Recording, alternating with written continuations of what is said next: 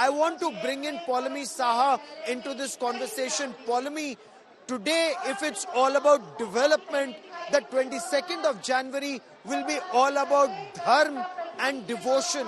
So both aspects, the Prime Minister is taking forward, development and devotion.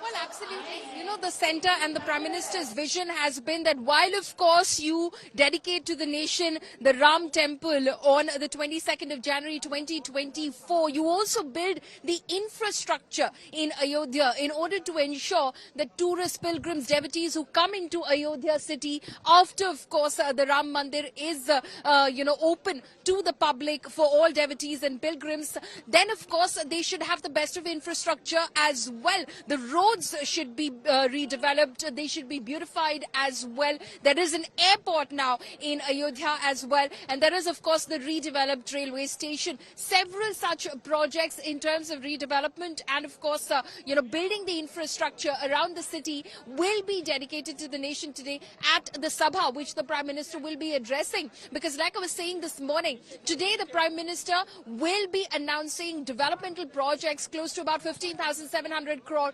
rupees. 11,000 crore rupees of that is going to go to Ayodhya itself, and the rest of it will be dedicated to other projects in the state of Uttar Pradesh. So as far as the vision for Ayodhya is concerned, it's a long vision in terms of developing the infrastructure over here.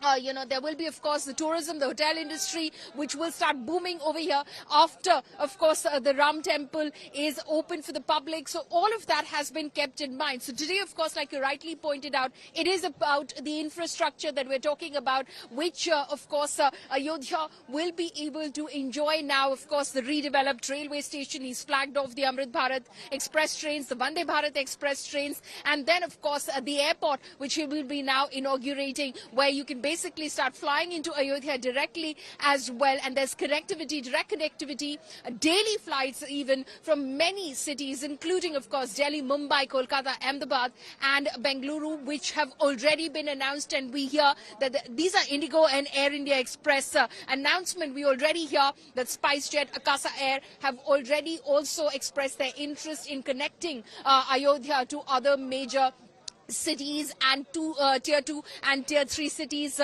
as far as aviation connectivity is concerned. So it is going to be extremely significant today because of these infrastructure projects. But yes, January 22nd 2024 will be about faith, will be about, of course, religion, and it will be a big day as far as those who've waited for this moment for a very long time is concerned. And that will be, of course, a long drawn program, as you've been telling our viewers, over a week long, that, various little rituals will be performed leading up to that consecration ceremony on the 22nd of January 2024. But yes, here going into that venue right now to hear the Prime Minister speak, where the Prime Minister in fact will be laying out that very vision for Ayodhya before the people of Ayodhya. And these are people not just, of course, from Ayodhya, they're coming from neighboring cities and towns as well, chanting Jai Shri Ram, of course, waiting to hear the Prime Minister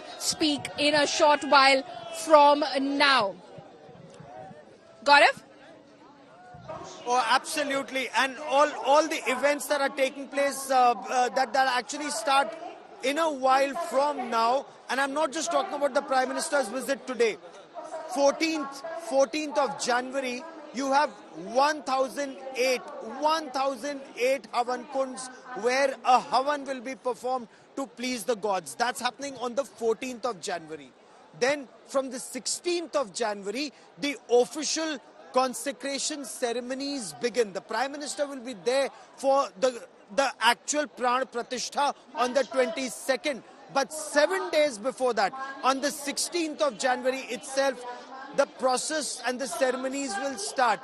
Day 1 will be seeking the blessings of the gods. And again, all ancient Hindu scriptures, Sanatan Dharma scriptures, how was this done in the times of what's written in these scriptures? That is being gleaned several rishis, sages, seers, saints, they've put their heads together and they've drawn up a plan. So there will be Godan, there will be Varun Puja, there will be Vastu Puja, then Nagar Brahman, the idol of Maryada Purushottam Sri Ram that's been selected. That selection process went on till very late in the evening yesterday.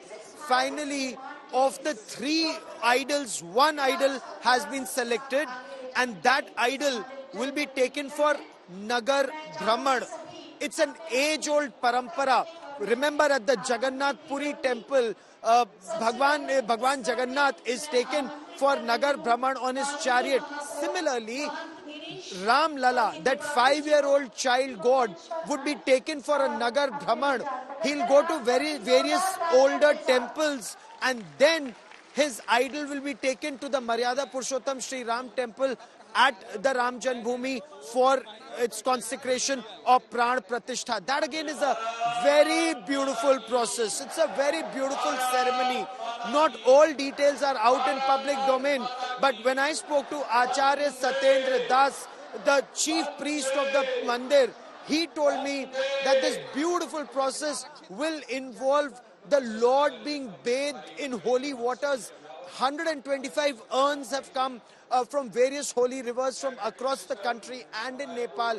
The Lord will be bathed, then he'll be clothed in new clothes, golden threads, various other clothes have come for the Lord. He'll be immersed in food, in grain. All of these are ceremonies that are age-old traditions. And then with a golden stick, the Prime Minister will apply kajal around his eyes and then show him a mirror. It is usually said that the mirror cracks because the murti of the Lord or the pratibimb of the Lord is so beautiful that it cannot be captured on any lens or on any aina or any mirror. And after that, Shiv, if I may, very briefly, Ram Navami. Ram Navami is the day when Maryada Purushottam Sri Ram, on Ram Navami, when the way it's been done, and astronomy has been taken for the next 20 years, that will reflect on the forehead of the Lord. The son of Maryada Purushottam Sri Ram, he is a Suryavanshi. Those rays will be reflected on devotees who will be feet away. So this is how devotion, ancient civilizational knowledge and the latest science all being woven in together for this Divya Bhavya.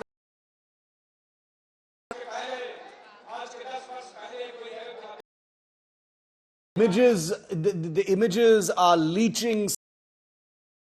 Everything that we're looking at, every single camera frame that India today brought to us from the ground, suggests that spirituality, that divinity. There is a parallel political fight that is going on at this point of time. Opposition and the BJP over this entire consecration a couple of weeks from now. But I can tell you that these millions of the faithful, lakhs of people, these crowds, see what's happening beyond. Nobody can deny the political history, the track that has led to the Ram Mandir, the legal battle, Ayodhya, etc. But nobody can similarly millions. And what Gaurav is really mentioning here is that division, awakening that is represented in many of the things is something you cannot take away from faithful who are not just sitting in Ayodhya. These are not just people. These are millions of Hindus and devotees of different faiths. And remember that in Ayodhya, there is a representation of how this isn't just an article of faith for Hindus, but a symbol of communal unity. There is something about the syncretic nature of the Ayodhya monument that is coming up as well that India Today has reported. That is a story that has gone viral because it is a very little understood part of the entire Ram Mandir ceremony, and all of this makes a huge difference in the message that goes out really to the world. This is not just a Hindu monument that is coming up. This is an Indian monument that is coming up, and it will receive millions of the faithful from all over the world. By air, by rail, by road, what have you, Ayodhya will be a very, very accessible Uttar Pradesh city very, very soon, starting in fact from today itself.